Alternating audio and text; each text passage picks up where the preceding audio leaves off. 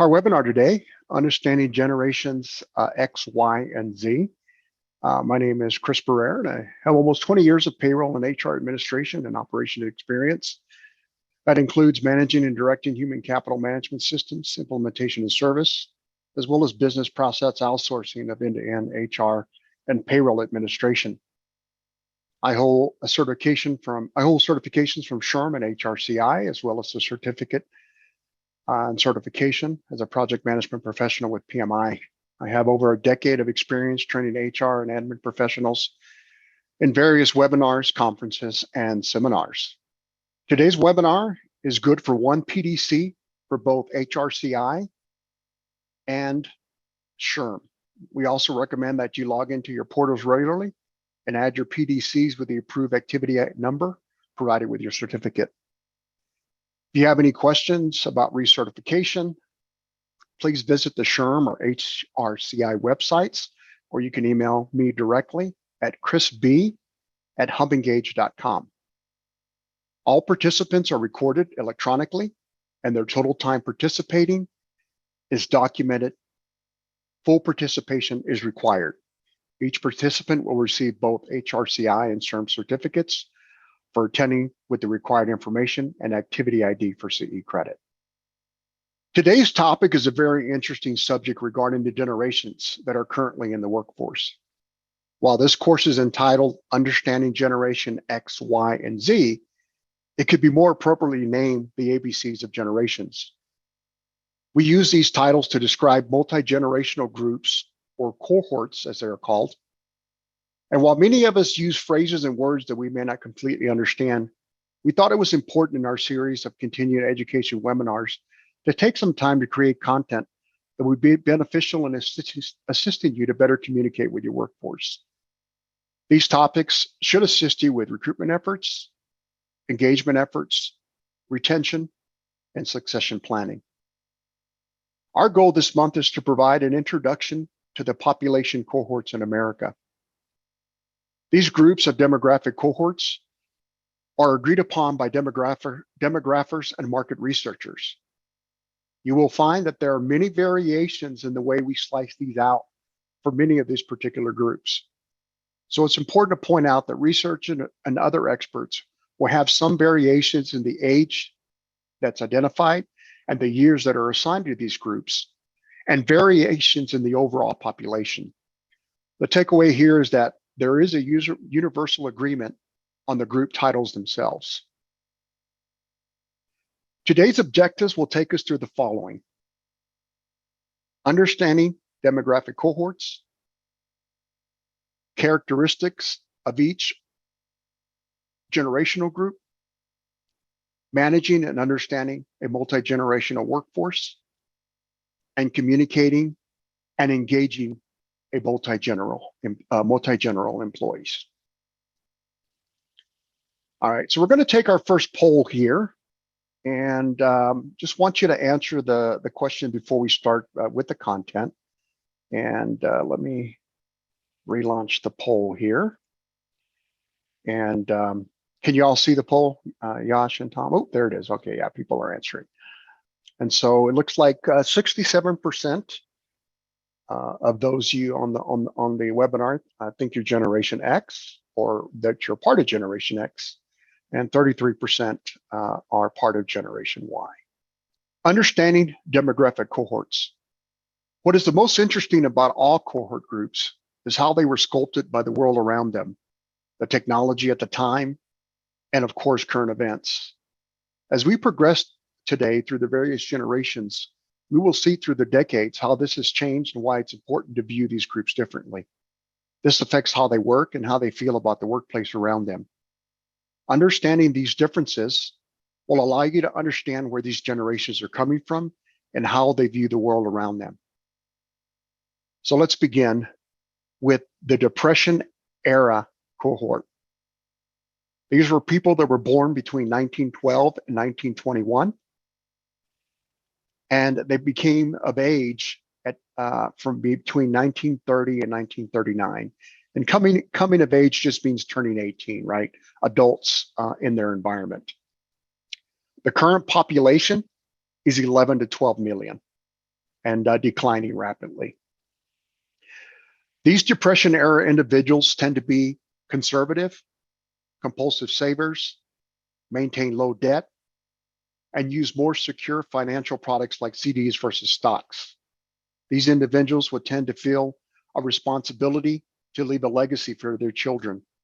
They tend to be patriotic, oriented towards work before pleasure, and respect for authority, having a sense of moral obligation. This group reminds me really of my grandparents. These were definitely harder times. I remember my grandmother washing Ziploc bags and using towels instead of paper towels. So this group was very much in saving and maintaining and not wasting. World War II, born between 1922 and 1927, coming of age 1940 to 1945, and the current population is about 11 million and also quickly declining. People in this cohort shared a common goal for defeating the Axis powers. This refers to the Axis powers, Germany, Italy, Japan, who were opposed by the Allied powers, Great Britain, the United States, and the Soviet Union. These generations are many times grouped together. The Great Depression, followed by World War II, left this cohort to grow up in very hard times and often had an expectation that life was always going to be hard. These groups have declined rapidly and there are very few of this generation that will exist over the coming years. We felt it was important to list this group in our content. This group is also called the silent generation, the greatest generation, the GI generation, and the World War II generation. Some of the latest terms for this group are called traditionalist generation and maturist generation.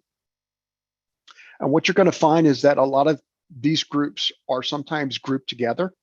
And so this particular two groups of cohorts are not necessarily always broken out this way.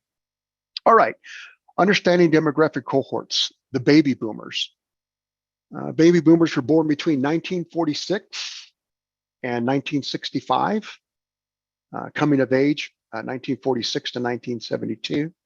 And there are approximately 73 million baby boomers in America today. Baby boomers, often shortened to boomers, are the demographic cohort following the silent generation and preceding Generation X. Baby boomers is a term used to describe a person who was born between 1946 and 1965.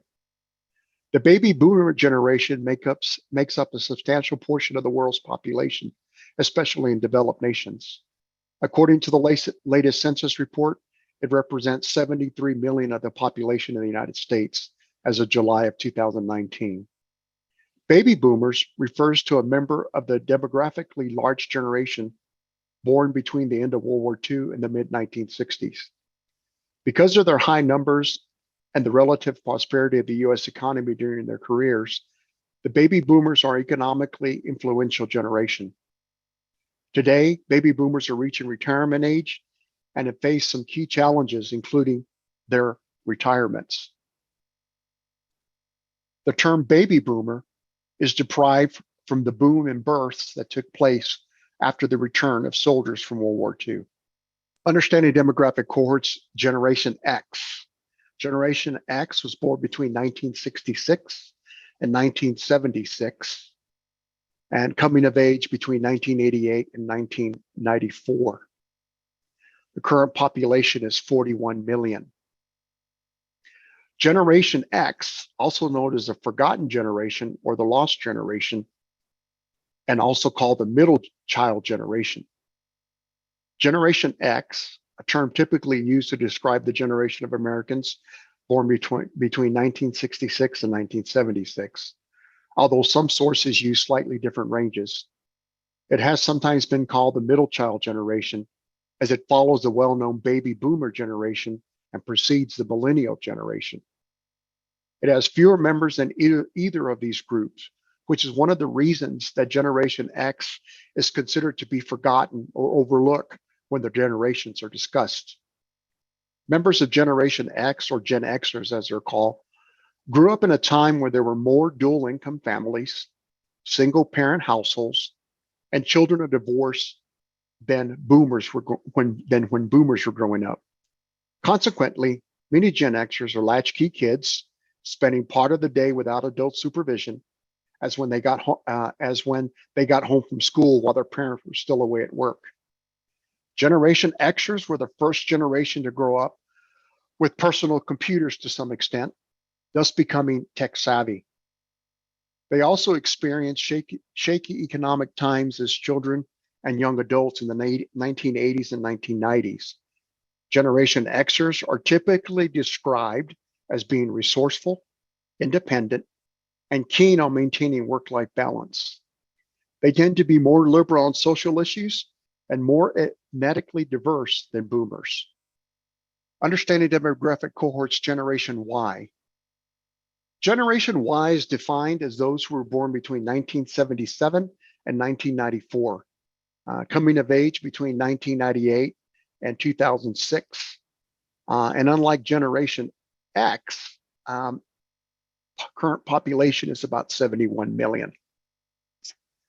The name Generation Y was chosen to follow Generation X, whose members were born between 1966 and 76. Those born after Generation Y are also known as Generation Z. Generation Y lives were shaped by defining events, including the 9/11 terrorist attacks on the United States, the invasion of Iraq, and the Great Recession of 2007 to 2009. The explosion of the internet, the development of reality television, cell phones, and the growth of social media. As a result of these changes in technology, members of Generation Y prefer to communicate through text or social media rather than email or face-to-face contact. Familiar devices and media include cell phones, computers, streaming music, in contrast to the rotary telephones and music formats of the past. Generation Y are also known as millennials, iGens, and eco-boomers, since they're children of baby boomers born between 1946 and 1964. Understanding demographic cohorts, Generation Z. Born between 1995 and 2012, coming of age 2013 to 2020, and the current population is 23 million and growing rapidly. Generation Z, also known as Zoomers, is a demographic cohort succeeding millennials and preceding Generation Alpha. Researchers in popular media use the mid to late 1990s as starting birth years and the early 2010s as ending birth years. Most members of Generation Z are children of Generation X. As the first social generation to have grown up with access to the internet and portable digital technology from a young age. Members of Generation Z have been dubbed digital natives, even though they're not necessarily digital literate. Moreover, the negative efforts of screen time are more pronounced on adolescents compared to younger children. Compared to previous generations, members of Generation Z in some developed nations tend to be well-behaved, self-disciplined, and risk-averse. All right, understanding demographic cohorts, Generation Alpha. This is going to be the latest generation and actually relatively new, and some, in this time frame have yet to be born. Generation Alpha, or Gen Alpha for short, is a demographic cohort succeeding Generation Z. Researchers in popular media use the early to mid 2010s as the starting birth years and the mid 2020s as the ending birth years. Named after the first letter in the Greek alphabet, Generation Alpha is the first to be born entirely in the 21st century. Most members of Generation Alpha are the children of millennials or older members of Generation Z. Generation Alpha has been born at a time of falling fertility rates across much of the world. Children's entertainment has been increasingly dominated by smart technology, social networks, and streaming services, with interest in traditional television concurrently failing. Changes in the use of technology in classrooms and other aspects of life have had an effect on how this generation has experienced early learning compared to previous generations.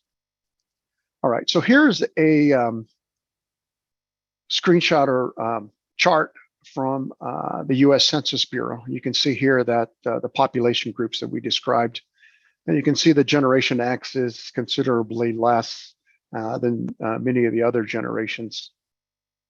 But just an overall shot here of the United States and the population in millions. All right, so just a quick poll. How many generations did we discuss? Did we discuss 4 generations, 5 types of generations, 6, or 7 types of generations? So yeah, the correct answer would be 6, and there were quite a few of them. And then we did lump together the Depression era and the World War II generation. So, 6 or 7 would have been the correct answer. But there are a lot of generations to consider in the workplace, right? And so we're going to continue to give you characteristics, and I have a couple of helpful charts that will help you break out the information so that you can retain it and keep it for your records. And then keep in mind as well, I'd be happy to give you a copy of the presentation with all of the information, so no need to take notes. Happy to provide that to you after the webinar. All right, so characteristics of each generational group. Baby boomers. Baby boomers have a strong work ethic. Baby boomers aren't afraid to put in a hard day of work. For many of this generation, some of their self-worth comes directly from their professional achievements. They acknowledge that success comes from dedicating a great deal of time and effort into their careers, which also means that they may find it difficult to find the perfect home and work-life balance. Baby boomers are self-sufficient. The baby boomer generation was raised on the idea that they needed to work hard to get to their desired place. Baby boomers will continue moving forward with their projects as best they can, and this group is incredibly self-sufficient, which is ideal for many workplaces. While collaboration may be an element of workforces today, some older generation employees may prefer to work independently, staying focused on the task at hand and continuing forward until the job is done. Competitive. Baby boomers like competition. One of their biggest motivators is racing to the top of the corporate ladder or leaderboard, doing their best to surpass their peers and coworkers.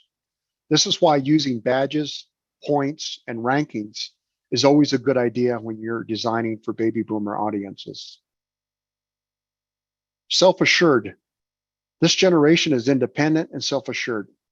They were raised during a turbulent time in history, and they were required to take on their fair share of responsibilities in order to fulfill their roles in society. This also means that they aren't afraid to question authority if they don't agree with the status quo. Though they are prone to following the rules of society, they will also voice their opinions if they feel something violates their personal values or perspective. Baby boomers are goal-centric. This post-war generation is all about goal setting and achievement. They enjoy creating goals for themselves or even being assigned specific goals to reach. This goes for both their personal and professional lives.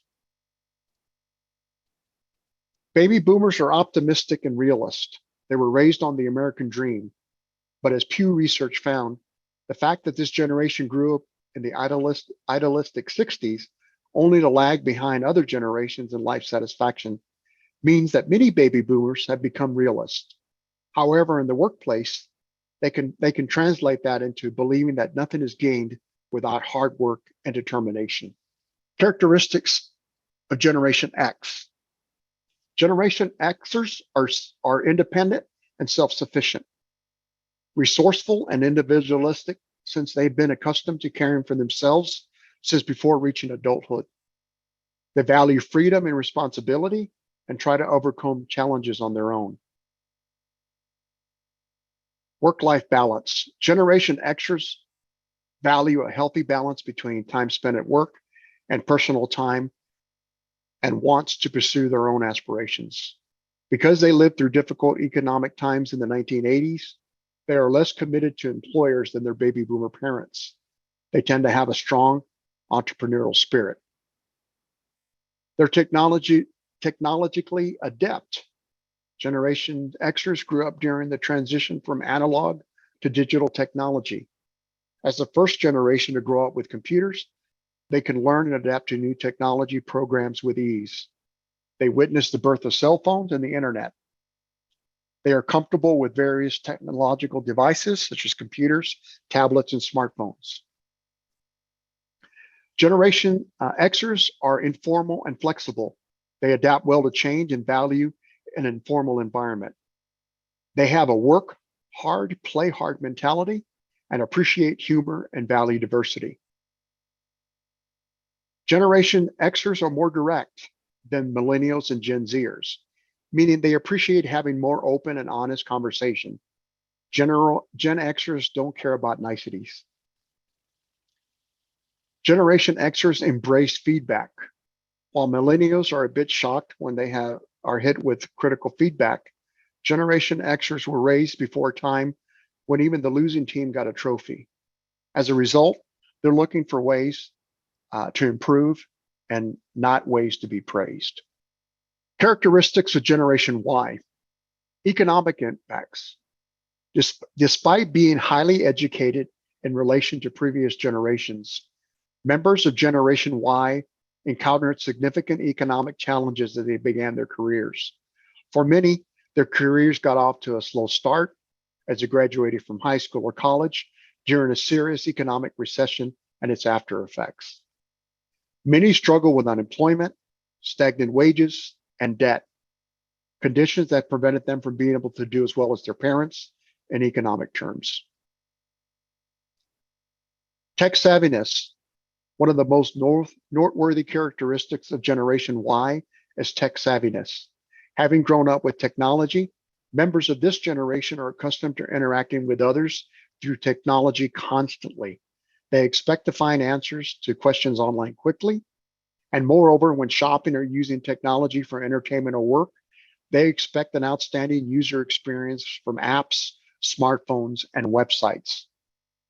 When products and technologies and services meet or disappoint their expectations, they voice their reactions promptly through social media, impacting business success and how devices and apps are designed. Attitudes toward work. Members of Generation Y are often ambitious. They often expect to get promoted very quickly in comparison with previous generations. They seek new challenges and want opportunities for further development. Workers from Generation Y also have a high need for feedback and validation in comparison with previous generations. They often appreciate mentoring and coaching, and opportunities for learning and development may be more important than financial compensation. They are team-oriented and enjoy being included in group efforts. Family and social life. Members of Generation Y value parenthood and marriage over career and financial success. Yet, due to the Great Recession and challenges with employment, income, and debt, many members of the Generation Y needed to move back in with their parents. They led to another nickname, the Boomerang Generation. As of late 2015, 25% of Generation Y live with their parents. Despite being family-oriented, members of Generation Y also delayed marriage in comparison with earlier generations. Team players. Generation Y is high on the agenda. Teamwork is high on the agenda for Generation Y. Working as a team is high. Working as a team is high on the agenda. Generation Y wants to be involved and included. They expect openness and transparency from management and colleagues and seek this team playing mentality within an organization. And then lastly, communicators. Communication is key for Gen Y. However, it has to be on the right terms. Sending a Generation Y an email, a tweet, or a Facebook message will receive an instant reply, whereas a phone call may take a little bit longer for a return. Within the office generation, Ys prefer communication via email, where the baby boomers generation prefers to pick up the phone. Communication that is quick, effective, and on Generation Y's terms will be conducted in a heartbeat. So this is my kids' generation. I can call them on the phone, they don't answer. I text them the second afterwards, and they answer me immediately. That's just the way this generation works. Characteristics of Generation Z. Diversity is the norm. One of the core characteristics of Generation Z is racial diversity. As Americans' demographics continue to shift, Generation Z will be the last generation that is predominantly white. A slight majority of Gen Zers, 52%, is white, 25% are Hispanic, 14% are Black, and 4% are Asian. For many Gen Zers, the backdrop of their early years include the country's first Black president and the legalization of gay marriage. They are more likely to have grown up amid diverse family structures, whether in a single parent household, a multiracial household, or a household in which gender roles were blurred. As a result, they are less fazed than the previous generations by differences in race, sexual orientation, or religion. They're considered digital natives. Another characteristic of a Gen Z is that they're native, their use of technology. Whereas millennials were considered digital pioneers who bore witness to the explosion of technology and social media, Gen Zers were born into a world of peak technological innovation, where information was immediately accessible and social media increasingly ever present. Money and stability. Money and stability and career advancement are important to Gen Zers. While their predecessors valued flexibility in employment, Generation Z is more focused on certainty and stability.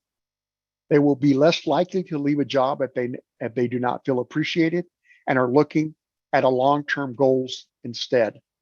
On average, they are more conservative and pragmatic about money than millennials and have already seen what a disaster like the pandemic can do to the world around them, making them much more concerned about preparedness. Well-educated. They tend to be well-educated. According to research, they are much more likely to continue through high school and even attend college than previous generations. This may be a result of their parents' educational background, which has trended upward through each new generation. All right, so here is a chart from our friends over at Talentor. This will be included in the resources that I send you if you're interested in getting a copy of the presentation. I like the way there were actually several of these charts out on the internet, but I really like the way this was broken out, and you could use it as a tool to really review the generations and understand, what their aspirations are, their attitude toward technology, toward career, and preferred communication, media, and communication. So just quickly looking here at baby boomers aspirations. Baby boomers, and you're kind of just in a summary of what we reviewed. Baby boomers aspire to have job security. Generation Xers, their aspiration is work-life balance. Generation Y, their aspiration is freedom and flexibility. And Generation Z, security and stability. Their attitude toward technology, baby boomers are early information technology adapters. Generation X, as said previously, are digital immigrants, or were familiar with technology as it started. Generation Y are digital natives. Technology, social media, tech, smartphones have always been a part of their lives. And then Generation Z are going to be technoholics, entirely dependent on technology. Communication media, baby boomers prefer to use a telephone versus electronic mediums in the communication. Generation X are more familiar and comfortable with email and text messages. Generation Y are text and social media dependent, and Generation Z are integrated with, just complete immersion in technology, handheld smartphones, etc. So when you're communicating with these groups, it's important to remember their preferred communication style. And many companies today are now adapting their HR and HR apps to include elements of email and text messaging, but also including social media aspects where they can get information real time and view information the way they're used to viewing.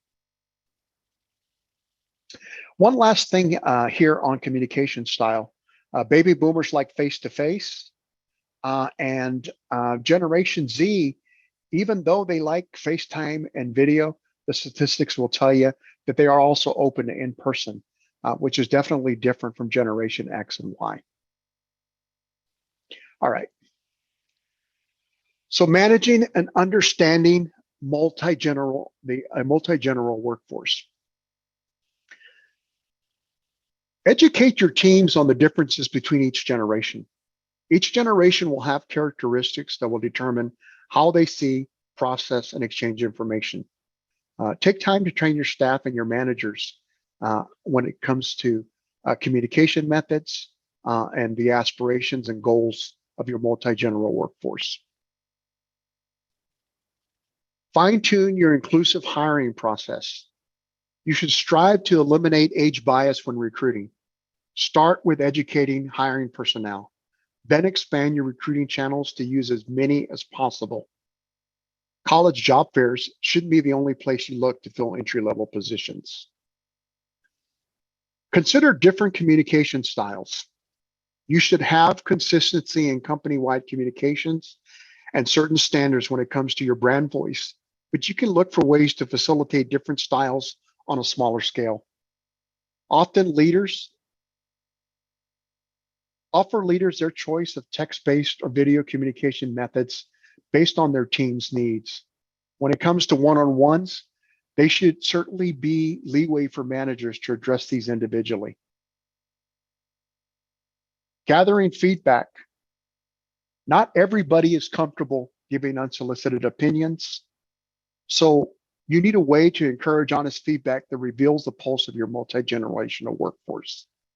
You should offer these opportunities through surveys, performance appraisals, one-on-ones, and other creative methods. Consider different work styles and schedules. Organizations that are able to adjust to their employees' needs are more important to attract and retain the finest of the available talent pool. Flexible work hours can accommodate employees from all seasons of life. Offering varied schedules or part-time work allows caregivers more time with family or provides a phased-in approach to retirement. And you're going to see more and more organizations out there that can. Again, we talked about this in our previous webinars, being in hospitality or healthcare and some other industries is not as easily done, but there have been creative ways to create flexible schedules even in those environments.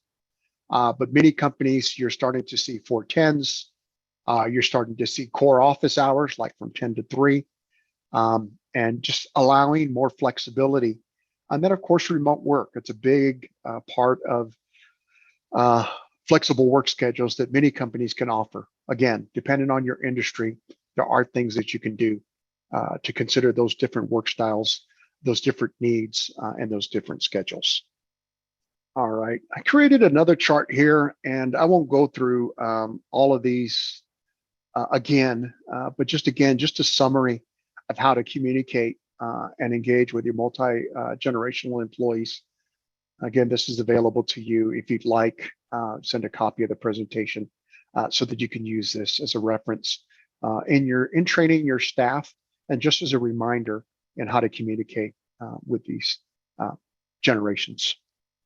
Communication issues. There are likely differences in preferred communication styles and interpretations of tones between the generations. With the availability of email, instant messaging, phone, and video calls, methods for reaching employees are plentiful. Selecting the best way to communicate with team members and avoiding communicational breakdown requires careful consideration. Don't assume that certain generations want to communicate in stereotypical ways. I mentioned earlier, Generation Z seems to be hopelessly tethered to their mobile devices. Their attitudes about communication at work may surprise you. According to a staffing agency, Robert Half, 77% prefer to communicate face-to-face with colleagues when given the choice. We are at the conclusion of our webinar. For information or a copy of this presentation, please reach out to me at chrisb@hubengage.com, and I'll be glad to forward you a copy of the presentation for your own use. I thank you for attending and being a part of this webinar. Look forward to next month's topics. Visit hubengage.com under resources. You'd like to participate in our blogs and our podcasts. There are links for you to access and download. You can also see our webinar schedule and register for the next webinar. Again, thank you for your time. I know it's important. We appreciate you spending time with us today and look forward to talking to you again.